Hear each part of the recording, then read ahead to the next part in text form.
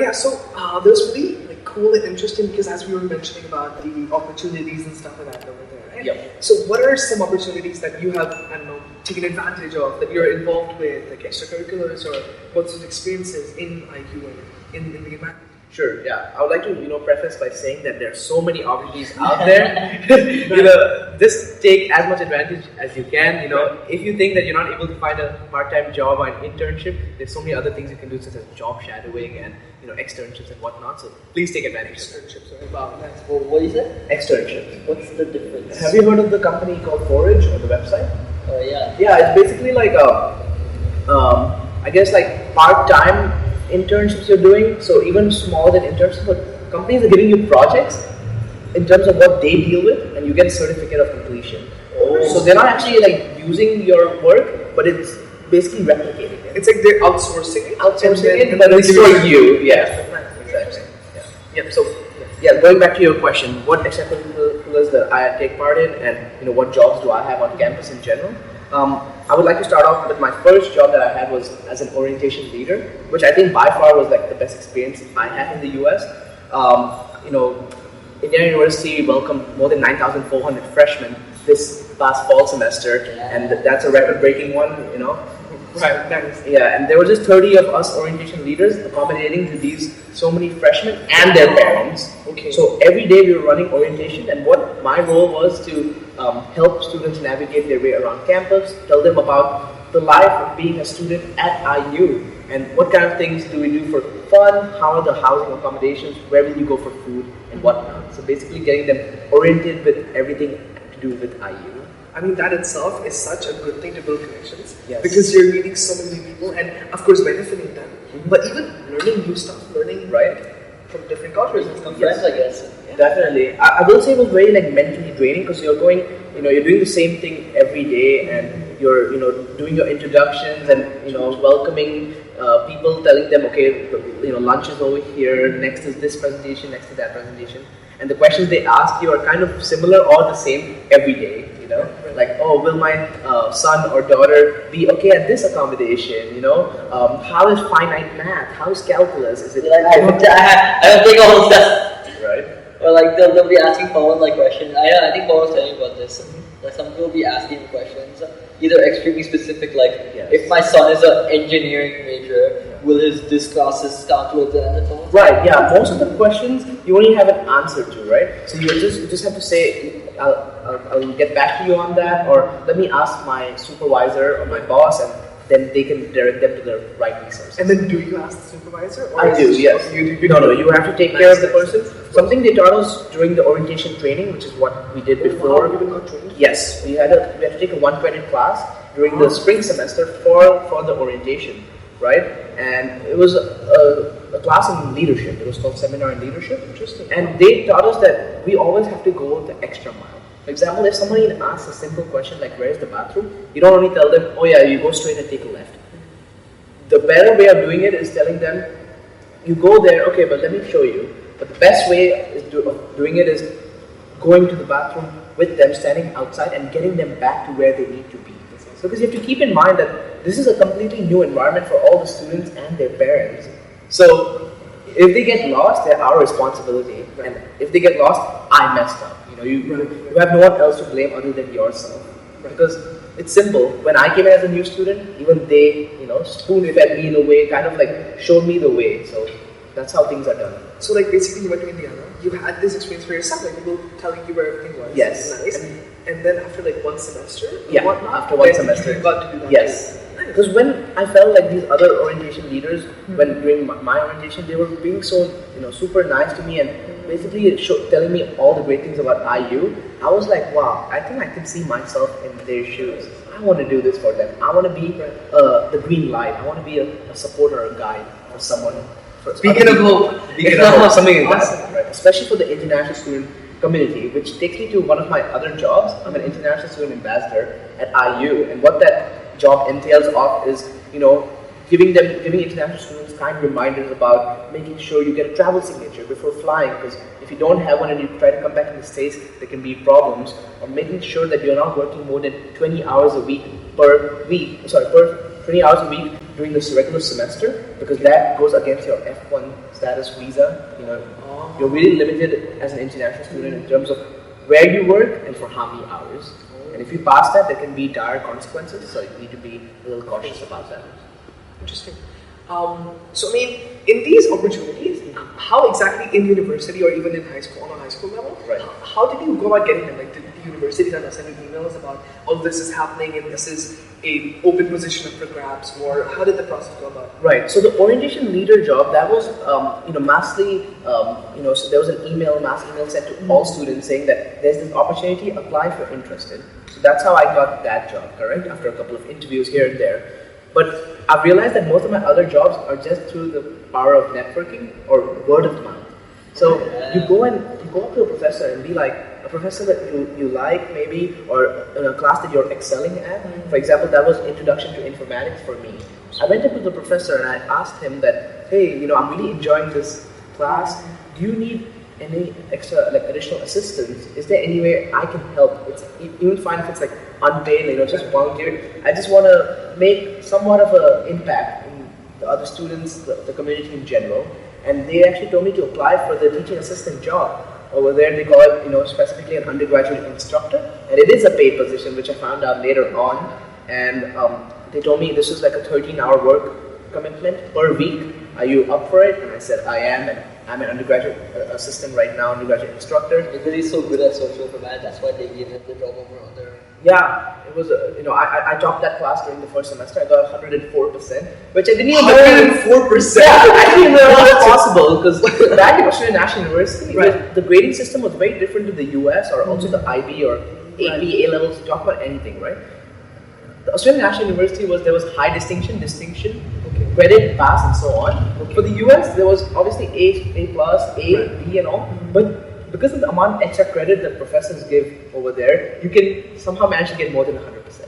So that's so cool. So I topped the semester. I was taking I-101 in Introduction to Informatics, and the professor told me, I know your capabilities and your skills, and I think you would make a great fit for being an undergraduate instructor for this course. And we shook on that, and from there on the job was mine. But that's such an awesome flex. Guess how much I got? 100% now, made 104%. That's so cool. When you get probably his magical handshake is the reason why. Yeah, this guy's the best handshakes in the entire world, dude. That's just amazing. Alright, yeah, nice. That's pretty cool.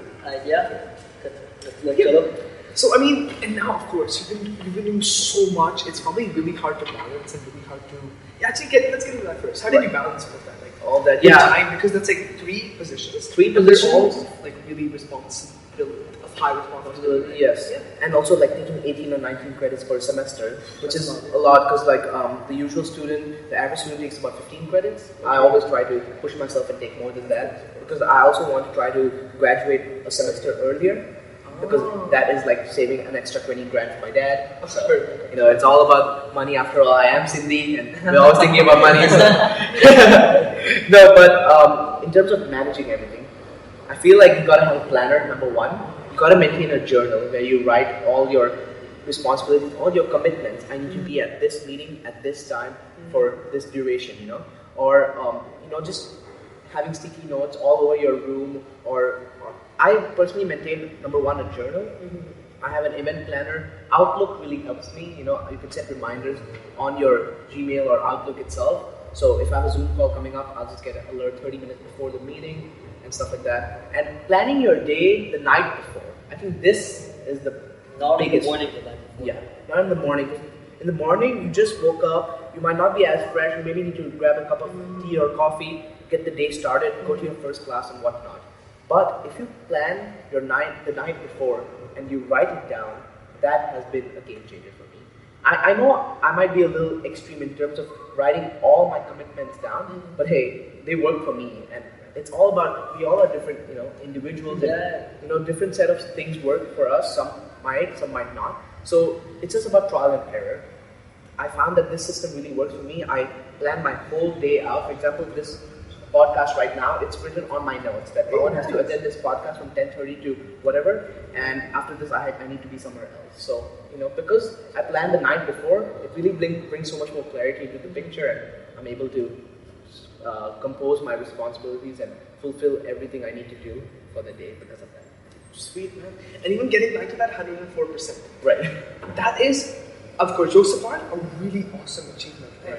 And do you have any, like, because of course it's academic study related, yes. Any study techniques that you use? Yeah. Or, I mean, I don't know, was it just sheer interest in informatics? Yeah. We can, like, make it so that this is specifically for informatics, or is this for a generalization? Right, which would you want me to talk about? I think, to be honest, like, just give us both.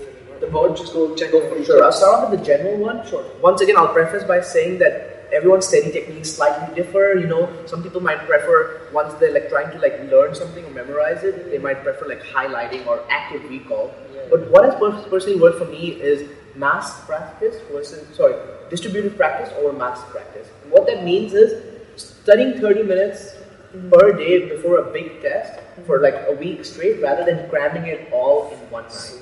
Cramming does not work, guys. I'm telling you. If you're trying to, you have a test in the afternoon, and you're trying to cover a lot of material in the morning of the test, you probably won't end up with a good grade. I highly recommend you practicing and reviewing the content at least a few days before. Yeah. So how often would you write? Would you do it like normally when we have tests? Right. Okay, fine. That's our test. Normally for a test, you have like 2 weeks in advance notice. Would you do it like 30 minutes every day, or would you do it like 2-hour chunk today, then a few days later, 1 2-hour chunk? By chunking, I mean like, it doesn't mean necessarily that you do those 2 hours in a row. It means that that day you need a lot of work in this, a lot of work in this, or is it more like little work but over a lot more days? Yeah, I would say a little work over a long period. That's the technique that works for me. So I honestly feel 2 hours is too much. I have other things to do. Right. 2 hours for one subject, that's way too much for me. For me, it would be like 45 minutes to an hour max. Okay. And then I come back to it the next day. And so on. But, you guys asked about general and specifically for informatics as well. Informatics actually does not have a lot of tests or exams. Oh. We're mainly doing long-term projects and assignments. Examples? For example, we're doing coding assignments, or we're doing getting a program ready. Yeah, writing a piece of program for Python or SQL or one of the other languages they teach us at the Luddy School of Informatics. Or we have long-term assignments or reports to write. Okay. So someone was like, how come you're writing essays in informatics? But it's not all about that. That's a good so informatics is not just coding. Yeah. No, because I was like, if I wanted just code, I would be a CS major, no? Or software engineer. Yeah, man. Okay, so there's social informatics as well, which is what? Social informatics is basically how does IT or the impacts of IT affect other people and vice versa. How do we think about technology, and what good does technology do for us? And I think that's a really critical area to touch on within informatics as well. I love social informatics, and I have a soft spot for it. Whenever people talk to me about social informatics, I can talk about it for hours, because why do we use technology? For example, this camera being recording us, or this iPad, also recording our voice. It's all possible because of human creation. Someone had one bright idea first, and that's why we were able to bring it into reality. And I think it all starts with the people first. You knock down the people well, then you can knock down the technology as well. Right. I think now we'll move on to kind of motivation. Yeah. I think these are one of the final few questions before we're going to wrap it up, sort of. So I think Artie can take it off, start talking about the motivation. So, of course, as I was saying in like the start of this entire episode, that we're going to learn about the motivation of what motivates you to do all of these things. We implicitly touched upon that. Yes. But let's get more explicit. For sure. What motivates you? Because he's in university, like what he could do easily. 4 years to study, and then sorry for us non-Indian viewers, but it's like he could easily finish up his studies and then start looking for a job, then start doing a job hunt. He doesn't have to spend, he can enjoy the 4 years. Yeah, which is, most people, that's how we view it, right? Like, universities for party. Studies at university. Who works harder, but we do work hard at university because it benefits us in the long run a lot. Right. So what motivates you? I would say it all comes down to family, guys. Just how much they have done for us. Whether it's like mom has literally done so much for us, dad as well. So it's all about how much they have done and what they have gone through, which has allowed me to make it my source of motivation. I've seen a few of the struggles that my parents had to go through at a younger age, or at least I've heard stories about it. So that motivates me to work hard. When I feel that things are starting to get slightly difficult for me, and the keyword being slightly, it doesn't compare to what they had to go through. They had to go through rigorous stuff. They have actually seen it all, and they try to educate us, their children, about the hardships that they have faced. And that is a source of motivation for me. Whenever I feel that I can't push myself harder, or I can't make that commitment, or I can't do this, I always go back to what did my dad do? What did my mom do? And that really allows me to go the extra mile. That's fabulous. Alright, I think there's just this one thing I would like to again ask you about this, which is think about doubt. Do you ever doubt yourself? Like, okay, will I be able to get the 104%, or would I know this distributive thing work or whatever? Right. Just ever doubt, or like how do you overcome it? I would say in the starting, self-doubt is a big thing, and sometimes it's inevitable, right? Like doubting yourself is natural. Sometimes it happens, but I feel that once you test out the water and you have seen, for example, distributed practice work, or once you nail an interview and went well, that builds up your confidence. And as you build up your confidence, the doubt slowly starts to go away. That's a good point. Right. So the more confidence you have in your capabilities, your skills, your intellectual capacity and whatnot, right? Then you can actually remove all the doubt and prove yourself to the world and prove your worth in terms of what you can do, what your capabilities are actually for. So is it almost like the more you keep doing, the less doubt there is? Because the more you keep achieving, you're like, okay, I can do this, I can do this, I can do this. So I would say so, yeah. Putting yourself out there and doing as many things as you can in a healthy working space as well is definitely key. I'm not saying that it will always go your way, because dealing with a lot of failures and hardships in your life is actually part of the learning curve. And once again, you should not be trying to reach for the final goal or the final destination. You should enjoy the process as you go. Fall in love with the journey. Don't fall in love with the end goal. And from there, life will be better. Fabulous, man. Fabulous, dude. Yeah. Okay, guys. So I think this is going to be our last question to sort of wrap up the episode. Now, what are your plans for the future, Pavan Idnani? Right. What do you plan on doing? Like, is it I'm going to study in US for 4 years, come back live in Thailand? Is it I'm going to study in US for the next 4 years, and then I'm going to study for enough, like get a job, work there for another 4-5 years, and then come back? Or is it more of I'm going to study in the US, I'm going to get a job in the US, I'm going to retire in the US? Right. Live in the US. I feel like that's a really good question, and a question that I've been also tackling with personally on a daily basis. Guys, back after because I have 3 semesters left to go, which is 1.5 years, right, in the States. So obviously, what is the next step? That's also something I've been asking myself. My parents have been asking. My friends have been asking. So I'm constantly thinking about that.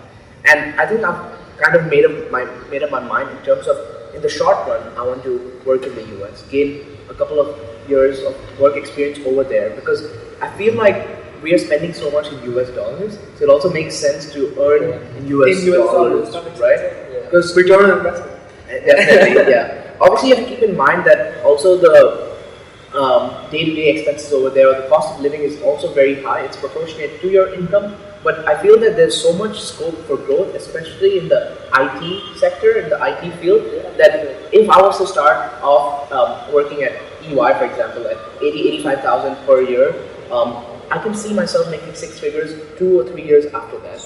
So there's so much growth and so much flexibility when it comes to working in the US. It's just a matter of how you use your opportunities and how you network to get to the next level.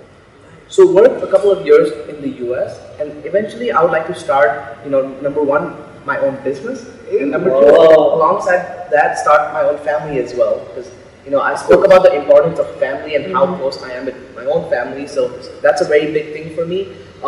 So it might start off in the US first in terms of my family and working there for my business and investing in that all my resources, and maybe getting a couple of close, trustworthy people as well to also help me take my business to the next level. What my business will consist of, that is also a question mark in my own head. I don't know what I'll get into, but I'm going to leave it up to the one and only. And after that, when it comes for retirement, right, I still have a very soft spot for Bangkok, Thailand. At the end of my career, when I'm closer to retiring, or when I'm thinking about that, which is obviously so many years down the line, there's just so much more to go. But eventually, I do want to end up in Thailand, and that's because of a number of reasons. Number 1, my family will always be here, my mom and dad. Number 2, the weather over here is predictable, unlike a lot of places in the United States.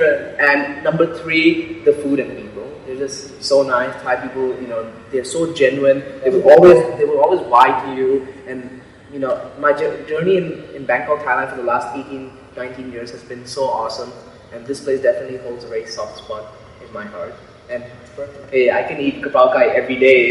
If you told me that is one thing I would be eating for the rest of my life, I would gladly take it. So Thai food is awesome, man. I love how strict your priorities are. That's fabulous, man. That's all. Hi. So guys, we just like to say thank you, Pavan, for this wonderful episode. Seriously, man. Thank you. It's a pretty long one. Thank you so much. Pretty long one, but just a chick. But it's a pretty long episode. But I think we've learned a lot from Pavan. We've sort of diverged into a lot of different topics about Indiana University. But if anyone is suppose thinking about applying to Indiana University or suppose like want some advice, where do you think they can contact you? Is there an email or some form of communication? Yeah, for sure. My email's there. I'll give my phone number to these guys. You guys can link it in the YouTube channel and on the comments, whatever you need to. Awesome. If it's any questions pertaining to studies, to IU, to life in the US, schooling, jobs, opportunities, I'm always there for you. So that's very nice. Please feel free very to nice guy. Awesome, man. I feel this is my 5th fist bump to you. That's awesome. Alright guys, so thank you everybody. We're on YouTube, we're on Spotify, we're on TikTok, we're on Instagram, and we're going to be all around the world soon. So thank you everybody for watching.